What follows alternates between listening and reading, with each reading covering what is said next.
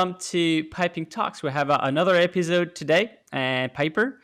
Very excited about this conversation because it's person that it's someone that I've never met in person, and I think it's always nice to hear from new people and fresh ideas.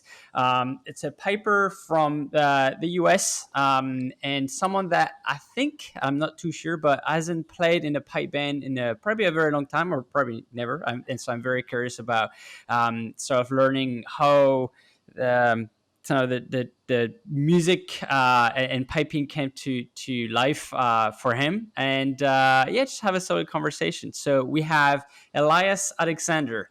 I'm going to say the US because I don't know exactly where you're based, but this is what we're here for. So Elias, how are you doing? Hey, good. I'm doing great, and I'm based in Oregon. I live in Portland, grew up in Southern Oregon, but I'm currently in Port Townsend, Washington, on this beautiful ocean side, or the sound side of the sound here. It's lovely.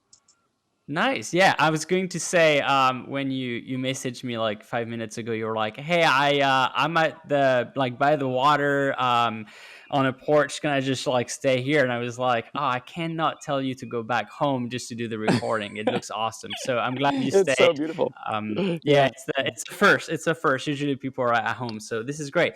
So yeah, tell me about. So the first time I heard your music, I remember it was a few years ago. A good buddy of mine and myself were working on a little sort of side project that was called Unreal.fm, and we were creating just solid, good piping music. And we came, we I think we found you online, and we're like, wow, this is awesome. There's so much good music there. And we reached out to you, and I think we featured you in one of the months that we did it. And since then, I always go back to your music, and I always love it. And so I'm very excited to talk to you about it. But how did you get into piping in the first place? Yeah. So basically, my journey with piping started because my mom took me to Scotland. I was about 13, and she had lived in the Findhorn community, which is up in the kind of northeast. It's about 30 miles east of Inverness in Scotland. She lived there in the 70s and was kind of part of that movement. And we kind of had an opportunity to go back there and visit and have a reunion with the people that she knew there in that community. And so it was a big opportunity to go to Scotland. I was 13, and my mom was kind of like, all right, we're going to learn about Scotland. We're going to study Scottish history. I'm going to play you the music that I listened to when I was there. And so she stuck on the Corries, the amazing folk duo from Scotland from the 70s.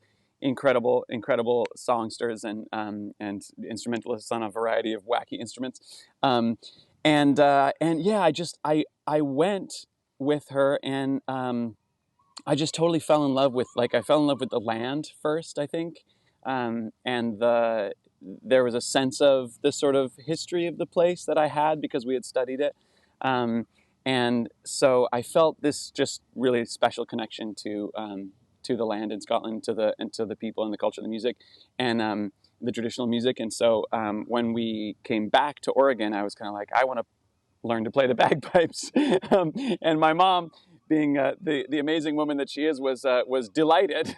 She was like, "Great, of course you can practice bagpipes in my house for the next, whatever, 7 years." So. So I started studying from a guy named Murray Huggins, he's the maker of Colin Keogh bagpipes. So at the time he wasn't as well known for that. He was kind of earlier on in that journey, but now he's I think pretty well known in the piping community for making Colin Keogh bagpipes, and he also engraves silver for a lot of different companies in Scotland. But he's based in Medford, Oregon, so I really lucked out because. There isn't a very strong piping tradition in that area, but Murray is an incredible player and an incredible teacher, and so I was lucky enough to take lessons with him until I went to college. Oh wow, Yeah, that's awesome! What a story, and it's quite a journey from Oregon to Scotland. So yeah, it must have been, if you're growing up and you're 10 years old or so, and you get to go to Scotland. I mean, what an experience, right? So do you remember your first trip like really well, like in the first time you heard the bagpipes? What's funny is I don't remember the first time that I heard the bagpipes. What I remember is waking up on the train, because we took the sleeper train up from London, and I remember waking up on the train, and we were somewhere south of Inverness, and I just looked out the window, and I was like, it was like we were in Scotland, and I was like, oh my God, this is it. Like this is it for me. Like this is everything. I just instantly had this feeling about it, and yeah, I'll never forget that moment. That's amazing. Another thing that is amazing, and you can turn around if you want, but there's a raccoon that is actually behind you and just Are going you around serious? the rock. Yeah, yeah, yeah. It's actually quite Hell funny. yeah, I love I that. don't know where he is now, but I My just saw a my raccoon my little going. buddy, my little Yeah, buddy. it's funny. Um, I hope I publish these sort of chats both on the podcast and then also on YouTube for videos. So I hope people can go into the YouTube and watch the video of the raccoon behind as you're talking. That's Yes. yeah, that's excellent. And just the fact that again, like going to Scotland at a young age and always coming back. And then so you said you started playing when you were younger, and then until you went up to college. Was there a time where obviously now you're a professional piper, you're a professional musician? Was music always something in your family? Was it something that was in you, and you felt like you've always sort of wanted to be a musician?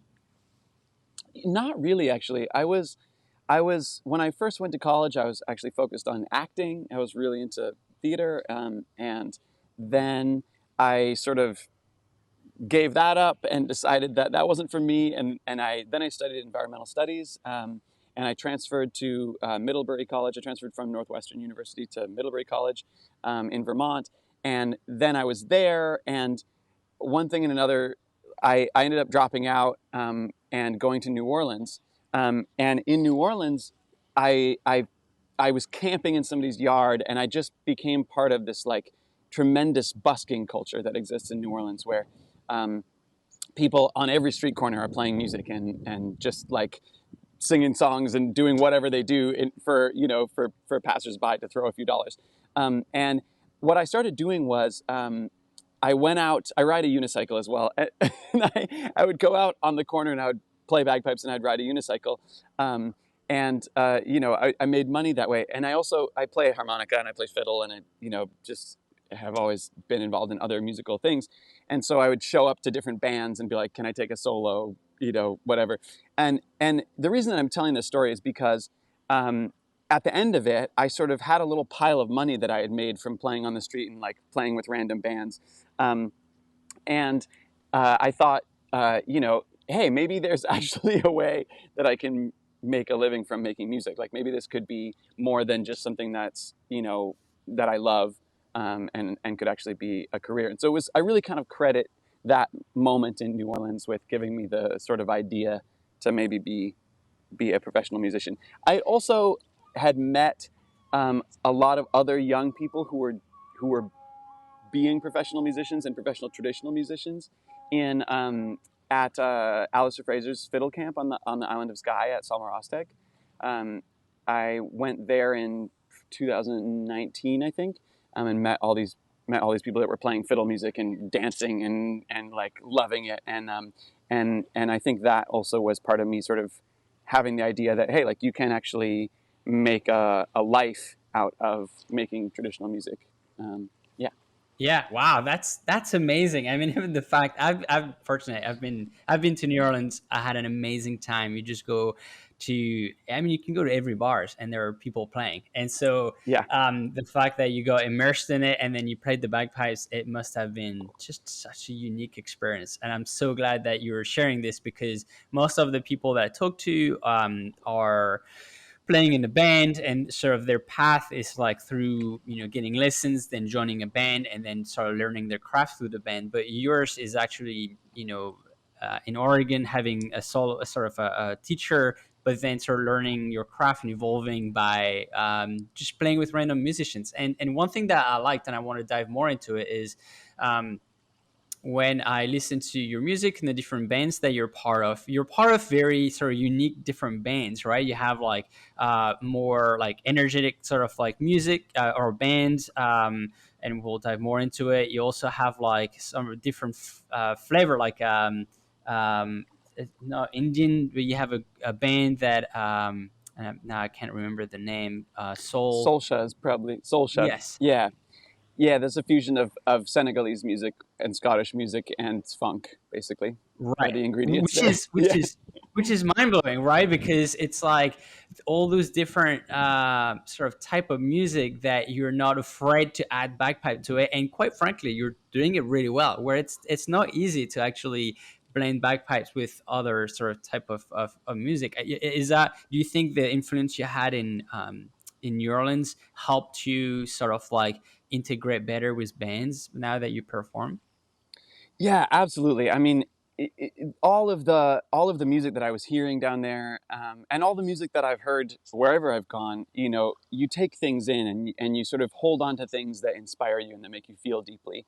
And so I think I definitely had the experience of being really, really inspired in New Orleans, and also like on Sky, and in many, many other places, where I've been like, I want to make music that sounds like that, that I've felt something deeply, and it's been added. It's like an ingredient that gets added to the soup of your taste and your influences, and then it comes out later when maybe you don't even expect it. And here's this piece of something that you heard a long time ago that's influencing the way that you feel rhythm in a certain song, or the groove that you choose to make, or even how you play a jig or a reel.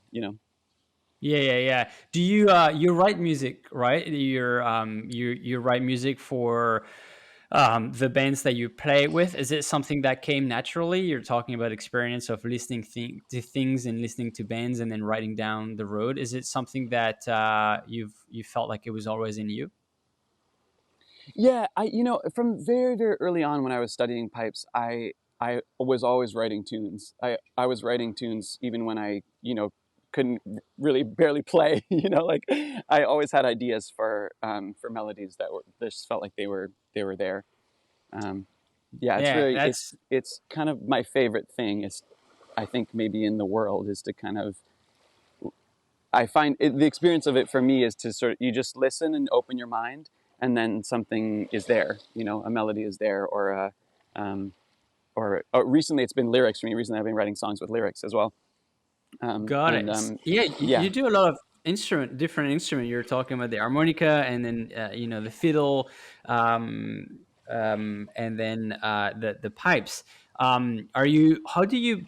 You play them at a pretty good level, right? So how do you balance making sure you always stay inspired, but also practice the instrument and sort of keep up with all of those different sort of instrument? Like, what's the trick? yeah. There's That's funny because I feel like I don't always feel like I keep up with everything as much as I would like to, because there's so much going on. But I've never been able to let go of any of these instruments. I play fiddle and I play. I haven't really played harmonica recently, but I play guitar, I play whistle, I play pipes, and I think for me, like I was never able to let go of any of these instruments because I just love them all so much. And so I tend to sit down and play them for fun, whenever I get a chance. And it always feels really good when I have time to do that. Um, but, but I think for me also, like, I approach the instruments not necessarily for their own sake, but as a method to get somewhere that I want to go, uh, emotionally and expressively. So like when I'm thinking about expressing something, creating music, which instrument is part of the toolbox? It's like maybe I need this sound. Maybe I need the sound of the pipes for this moment here, and maybe for something else I want the sound of the fiddle, or I need this guitar groove to be there. So it's always kind of for me about trying to create a musical feeling, trying to express something, and all the instruments are like tools to get you there. And I Hmm. happen to be a person that like I love to party. um, like I love like dancing. I love making music with people, and so traditional music often feels like just a great vehicle for that. Like playing jigs and reels on the bagpipes, like there's just it's just like so much energy, you know, and so I love it because it allows me to go there. It allows me to get together with my friends and just like blast out a bunch of tunes, and just have a great time, or play for dances, or you know, or if it's on stage, you know, we have a party with the audience. That's, you know, that's kind of it. That's So I yeah. can definitely say, yeah, I can definitely tell now that you say that. I've seen videos on your Facebook page where you're out in front of a crowd and you're just rocking it, and it's like I can tell the energy that the way you're describing it right now. I can see the same energy when you're on stage, which is kind of funny. What have you, you know, I was just mentioning in the intro, you've always been, I imagine, or I've always known you as sort of playing with different folks band, or doing solo stuff.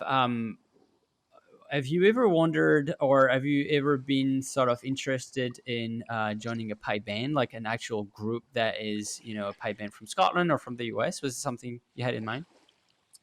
Yeah. So I played with City of Chicago pipe band, very, very briefly when I first went to college. And you know, I never competed with them, but I was rehearsing with them, and you know, I was on that track to do that. And then it was just it was like a 2 hour journey each way, and then, you know, practice, and it was just taking up an entire day, and I couldn't make it work.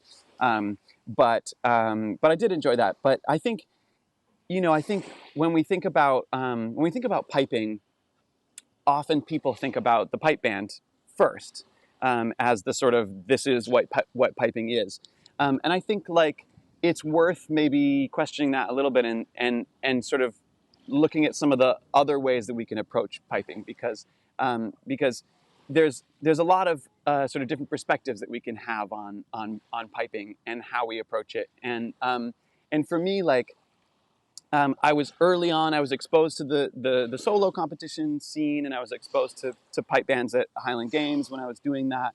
But then shortly after that, when I was probably about 15 or 16 or something like that, I saw this band called Dochas up in Vancouver. And Dochas was a band that it was 5 women from Scotland and Ireland that were playing Gaelic music, and you know, it was Gaelic song and accordion and fiddle, and harp, and, you know, piano, and then Martin O'Neill was playing Bowrin, and it was just like there was it was the wholeness of the kind of tradition of music, um, from, you know, from the Hebrides, from the Jenna Reed was from Shetland, so there was that involved in it too, playing fiddle. But you know, this kind of whole tradition, and I kind of went like, ooh, I want to do that. Like, I want to make music with other people on other instruments, and play music that's in this tradition.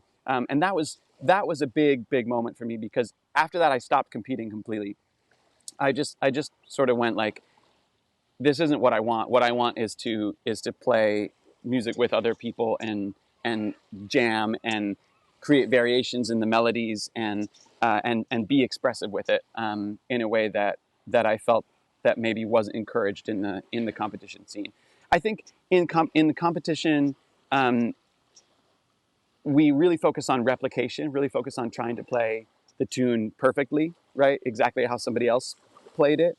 And I think on my list of sort of musical values, that's actually a lot lower than like expression. And you have to replicate when you're learning how to play. As you're practicing, you have to replicate other people in order to get those techniques, right? And to practice. And you know, competition encourages people to practice so much, and to be so specific and so good. And I love that. And that, you know, that gave me a lot as well. But I think I would much rather approach music from a perspective of like, what do I want to do with this tune? You know, how do I want to feel this jig, or this reel, or this march? What grace notes do I want to put on it? Could I add rhythm somewhere that would make it feel exciting? You know, could I add a burl or a triplet somewhere, that might make it feel really, really fun? Or maybe could I subtract something somewhere that would make it feel more emotional somehow? Could I take out some rhythm and hold on to a note that would make it feel good? So that kind of thing for me is really, really inspiring. And so I've sort of steered away from the pipe band scene and from the competition scene and towards trying to sort of express myself through the instrument in the ways that I wanted to hear. Does that make sense? Yeah, totally. And it's awesome to hear. It's really awesome because it's a unique point of view. Maybe not unique, but it's something that I don't hear often. I mean, the most people that I chat with, they are pipe band people, and they're driven by perfection, or like you're saying, and you're sort of like quite the opposite, which is more free flowing. And it's funny. I was going to my next sort of question was, and you sort of answered in a way, was when I listened to especially By the Water, Bywater, yeah. Bywater, sorry, your album. And I remember it caught my attention last week. So I was listening to some of the tracks, and in most of them there are tunes, and then there's also very much like in jazz where you have this like improvisation sort of moment, and it's like free flowing, and that's the part that I love because it surprises me every time, and I'm like, damn, this is really good because it's like it's music, right? And I Mm-hmm. was curious to ask you, are and you answered it in some ways, but is the improvisation your favorite part? Is it it's I imagine it's never the same. You have some sort of theme that you follow, but you every time you play those tracks, you probably add things or remove things. And is this your favorite part when you play? Yeah, so I mean, there's an interesting relationship there because that I started improvising on the bagpipes or taking improvised solos when I was living in Boston, where I moved after college, and I was hanging out with a lot of people from Berklee College of Music that were playing jazz and bluegrass through doing the Bywater Band and through Soulsha and just like being around in the city and playing music with other folks it took me a long time to really like loosen up my hands and my ideas in my head to be able to take improvised solos. But I think for me, there are certain moments where you do that, right? There's certain moments where you improvise, and then there's other moments where you play the tune. And I love traditional music. Like traditional music is such a big part of my heart, and it's about the tune. Traditional music is about the melody, and so often like in some of the pieces on the Bywater CD, for instance, like we play the melody, and then we might take a solo, but then we come back to the melody, and I think that's I love both of those things. I love expressing the melody. I love thinking of new ways to express the melody. I love creating slight variations in the melody, something that Irish players do really, really well, and that I think maybe Scottish musicians, especially piping, like I would. There are a lot of players that do this now, but I would love to see more of that. More players creating their own little variations and tunes. It's very inspiring to me. It feels really fun when you can make a tune a little bit fresh every time you come around. The second time isn't the same as the first time. The third time is different than the other two. That feels really inspiring to me. Yeah, and I hope I'll put the link up on when I'll post the episode so people can sort of listen and kind of like relate to what you just shared. And I think it would be obvious the way you express just the way you share how you see piping and how you see music. It definitely you can hear it in most of the tunes that you put out there. One that you put recently was and it really shows the just how much all your time, but also how much you play around different instrument is your Rambler, right? It's your last sort of like project where you record yourself play multiple instrument and record at the same time. I think it's and there's vocal, there's even salt and pepper shaker, there's piping. How do you find inspiration? Like what's your main source of inspiration? Is it like every day you listen to as many sort of style of music as possible, or what's the I flow? think for me, I made the Bywater. The Bywater album is called Bywater because it's because of the experience of sitting near water and kind of like listening for tunes. It's kind of funny that I happen to be near the ocean right And now. But I really like sitting near a stream or some flowing water, and just like opening up my mind. And I always find that like the shapes of the water and the sound of it, like having that noise, having that constantly changing noise, always inspires me to think of like tunes. Um, and so that's where the title of that album came from. But I think, yeah, I mean, again, with the newer stuff, with the Rambler stuff, like um, with that stuff, I think about what's going to make people like jump up and down and go crazy, in a live context. What's going to like give people energy? Because I think that there's a lot of ways to think about like how good is this music, and and you can have a lot of different perspectives on that. But I think my perspective, at least currently, and it's always evolving, but in this moment is like if you're playing something live and it makes people go whoa, or it makes people like shout or jump up and down, and they didn't even know they were going to do that, they didn't mean to do it, it just happened, then you're doing something right. Then you're inspiring people, you're reaching people in some way. Or if people cry as well, like then you're reaching people. And I think ultimately like that's the point of playing music in front of people and of making music is that you get to touch people and move them in a way that that hopefully helps make their day better, or helps them heal from something, or helps them experience the joy of being alive in a way that they wouldn't have if your music wasn't there. And so when I make those electronic tracks where I'm producing a full track and stuff, that's really what I'm thinking about, is how can we really get people moving or get people like having a great time. Yeah. That's awesome. What do you like on that note? Like, what do you when you listen to another band or if you go to a concert? What I love asking this question, and it's the same if you're listening to a pipe band, or but if you're listening to any other band, what do you pay attention to? I'm a drummer, so if I go to a concert, I'll pay attention more to the drummer, to the rhythm, to sort of like the colors that it add to the music. But I'm curious from your point of view, if you go to a concert, what do you pay attention to? Yeah. In the context of concerts, I find myself often noticing that um, sometimes I'll see a musician and they're playing, and I can just tell that they're thinking about trying to get it right. Like they're thinking about, God, I hope I don't mess this up. I hope I hope I play this tune and it's good. It comes out right, and I don't make a mistake. Um, and I find that really difficult to watch.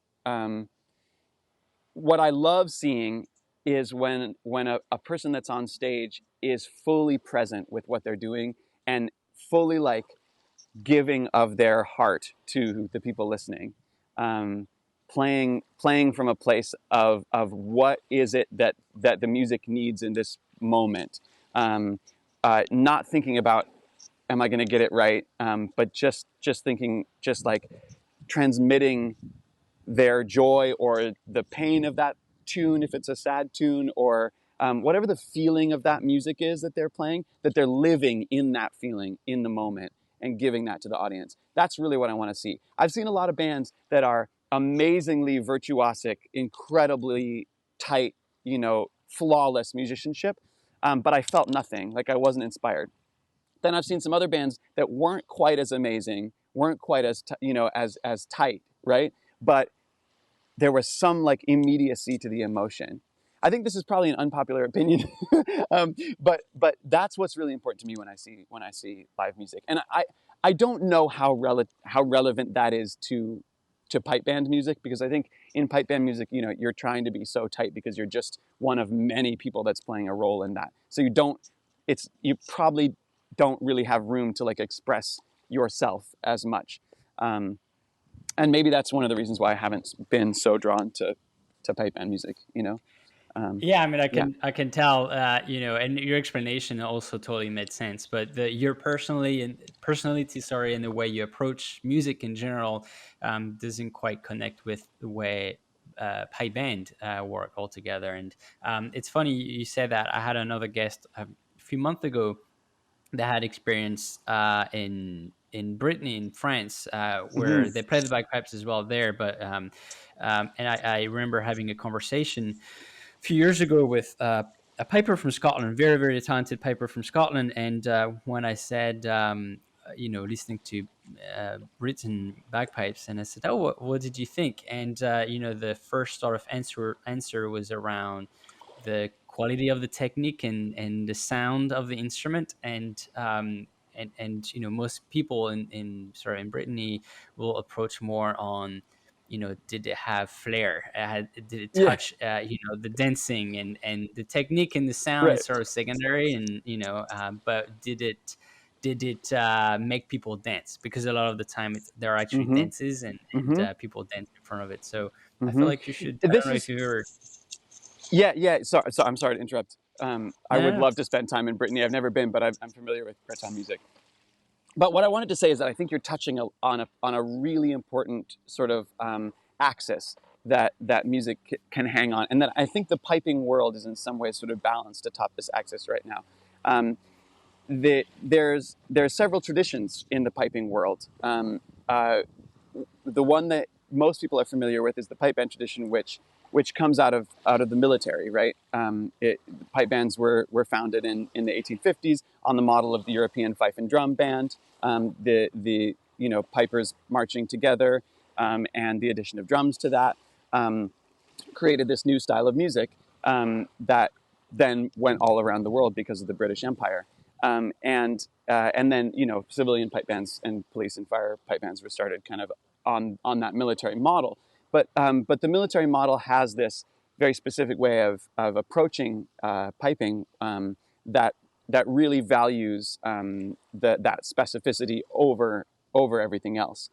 Um, and I think again that has created a lot of incredible music, and a lot of incredible performances by pipe bands and arrangements, and it's a whole tradition, and there's a lot of beauty in that. But then there's also the sort of less formal tradition that has continued around the margins, of playing for dancing.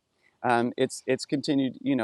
I think of Cape Breton for one thing, as a place where there's still a lot of piping that's playing for dancing, and then throughout the Highlands in Scotland, there's people that are playing pipes for dancing, at Cayley's all over Scotland. There's lots of folks doing that, and there's been a resurgence of it more recently, but that tradition that was more about what is the music doing, what's it doing to the dancers, is something that I feel very very inspired by, and very akin to in the way that I approach music.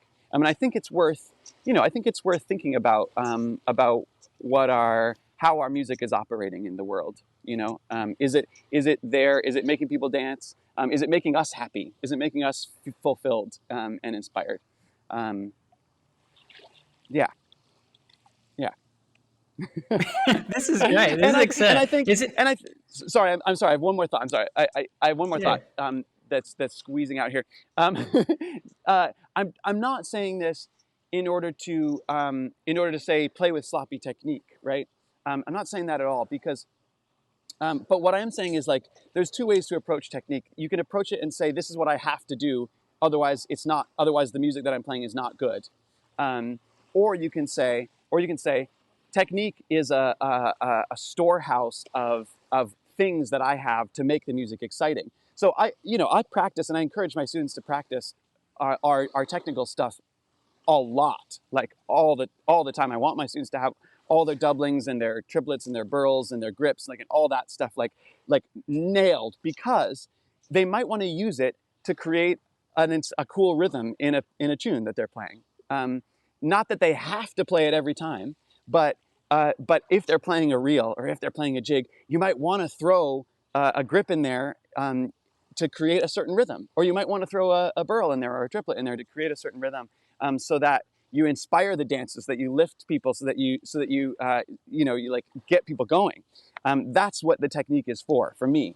And if I saw somebody that was playing a tune, and they were playing with fewer grace notes but great rhythm, their pipes were sounding nice, and they were loving it, like, I would love to see that. If that's what you can do.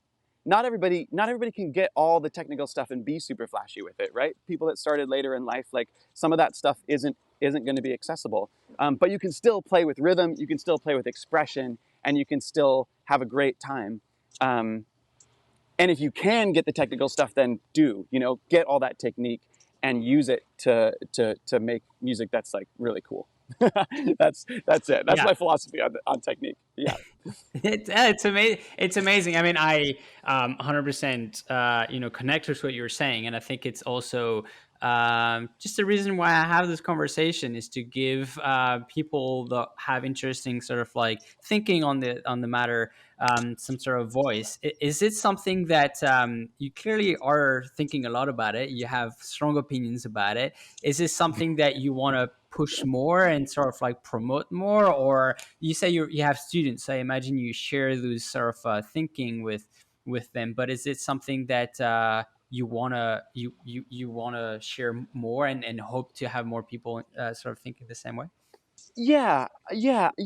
When we look at the history of piping and of Scottish traditional music over the last 150 years, you see bagpipes split off from the rest of traditional music and go into the pipe band world.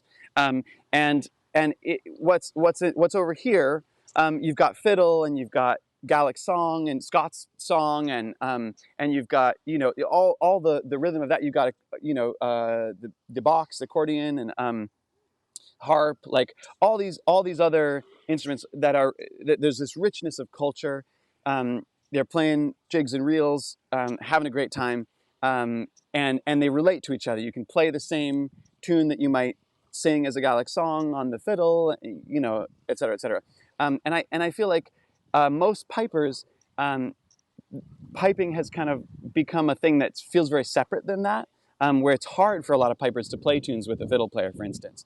And I think that's really a result of the pipes kind of getting siloed into this military tradition, which again, I'm not saying that doesn't have value. I'm just saying there's other options, right? In Ireland, for instance, the uilleann piping is right alongside the fiddle playing, right? Like you can play tunes together, you're playing the same tunes, same rhythm. But a lot of pipers, the way that people play pipes in competition, like the way that you play a reel is completely different than the way you'd play a reel on the fiddle in Scottish music. So even if the reel is the same tune, it sounds totally different on the pipes. And I really think that it would be great if more pipers kind of came over to the dark side and went, hey, can I play some reels? Or maybe it's coming over to the rebellion, actually, Can I play jigs and reels with fiddle players? What would it sound like if I tried to imitate the sound of a Gaelic singer on the pipes? Really digging into like what are the other aspects of the tradition that we can relate to and use as inspiration, and that we can hang out with. I mean, for me, it was always, I want to play tunes with people. Like I want to play in sessions. I want to play for dances. And so I want to play, a reel like, more rounded, because that's how fiddle players play them. I want to play a jig a bit more rounded because that's how fiddle players play them, so that I can make people dance. And instead of thinking about how to impress a judge and play it in that way. Yeah. So yes, That's great. I hope that more pipers kind of become part of the culture in a way, instead of only part of the piping culture. Yeah. What That's so interesting. What do you think? And clearly, you've done some research, especially in terms of history and stuff. And I'm really into that kind of stuff too. Like the history and what happened and how things kind of evolved. And you say there is a split at one point.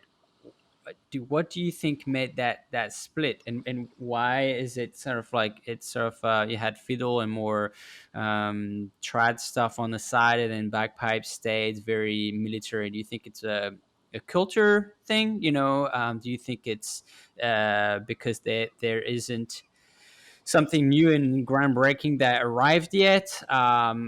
Yeah, what do you think happened? Well, I'm not an expert, and so I don't know exactly all the factors, but and maybe nobody does. But I will say, like, there was that brief period during the latter half of the 1700s when like pipes and tartan were kind of banned or discouraged, for at least common folks in the Gaelic areas of Scotland, and during that time, was when the Highland regiments started to be formed, or shortly after that time.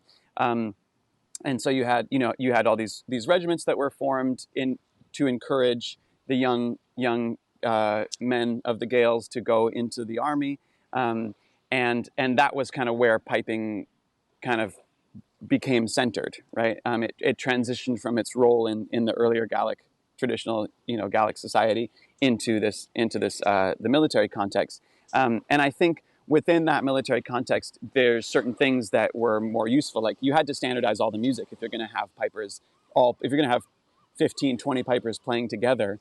You need to make sure they're all going to play the same notes, because otherwise, it's going to be a mess, right? So a lot of the music was standardized around that time, and it became the tradition to write it down instead of to teach it orally.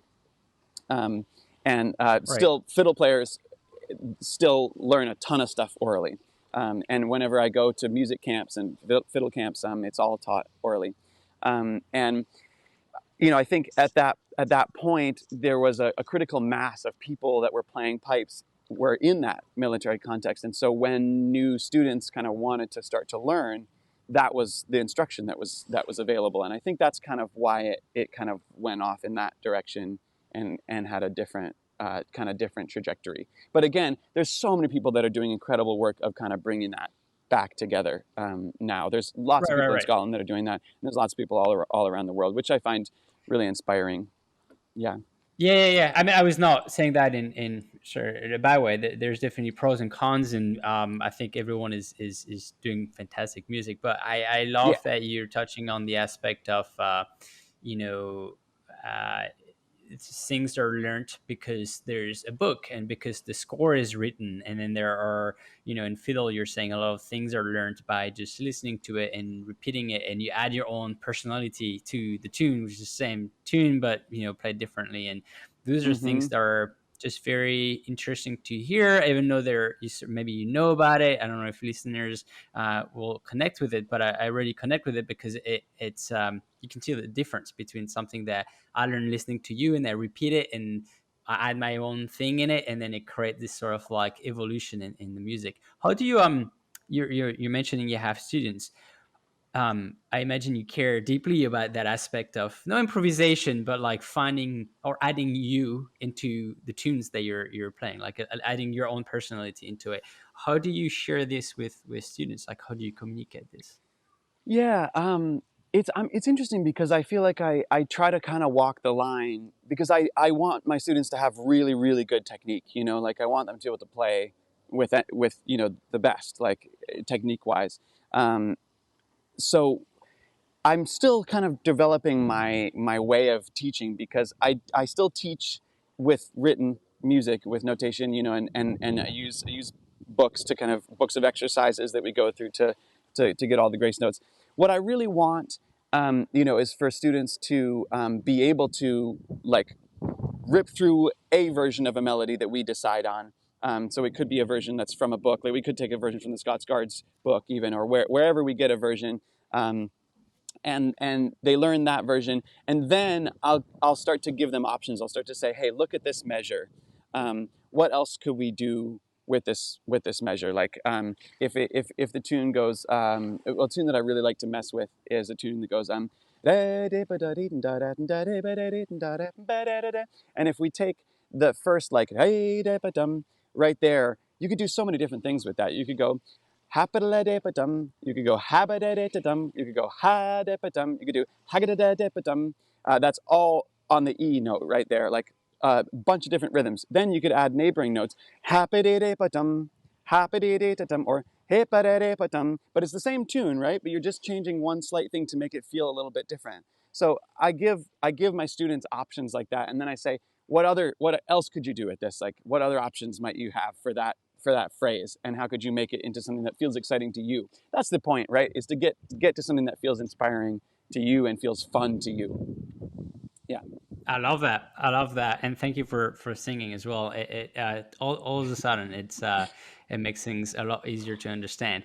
Yeah, This yeah. is amazing. A great conversation. Again, I we've never met in person. It's the first time we're chatting, and I feel like you had so much. Just opinions on the matter, on piping, on history, on music in general, and I think it's fantastic to be able to chat, and hopefully people find this conversation interesting as well. Just to wrap up, I want to be mindful of your time. What's next? Like, what's the next few months like? You're out probably playing a gig right now. Do you have a few gigs, few bands, projects? Can you tell us more about it? Yeah, so I have my solo project, which I've been referring to as Rambler. It's an electronic thing where I'm solo on stage and I loop stuff and I play fiddle and guitar and bagpipes and whistle and so I'm working on a lot of new music with that. I'm gonna have an album ready sometime this late fall or winter. So that's really exciting. I'm also playing with Old Blind Dogs, the Scottish band that's been around for ages, who are just amazing musicians, and I love them dearly, and we have a great time. So I'm touring with them for their stateside stuff. Um, so looking forward to that. I'll be out with them in September, at the beginning of September, and then playing a lot of festivals and Highland Games and stuff this fall with my solo thing as well. So that's really fun. Yeah, those are the main two Cool. things that I'm doing. I make music with a lot of different friends and stuff like that. But yeah, that's what's exciting to me. I want to say just a couple of like notes on what I said. Just a couple of thank yous. Like Tim Cummings also taught me music at Middlebury College in Vermont, and just he's an amazing piper and teacher. So check out his music. Alasdair White, a fiddle player from Lewis, has been a big influence on me in terms of the way that he adds variations to pipe tunes. He's a fiddle player, but plays pipe tunes so amazingly well. So he's a great one to listen to as well. And there's lots of other folks that have been big influences. But I'll just mention that those two in particular maybe have contributed a lot. So look them up. They're great. Okay, yeah, I do listen to a lot of piping oriented music, so I'll definitely check them out. This is awesome.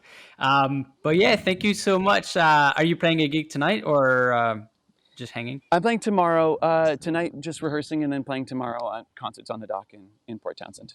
Yeah, Cool, sweet. yeah. Yeah, that's And I awesome. know I Well, have good a luck lot of with the hot gig. takes.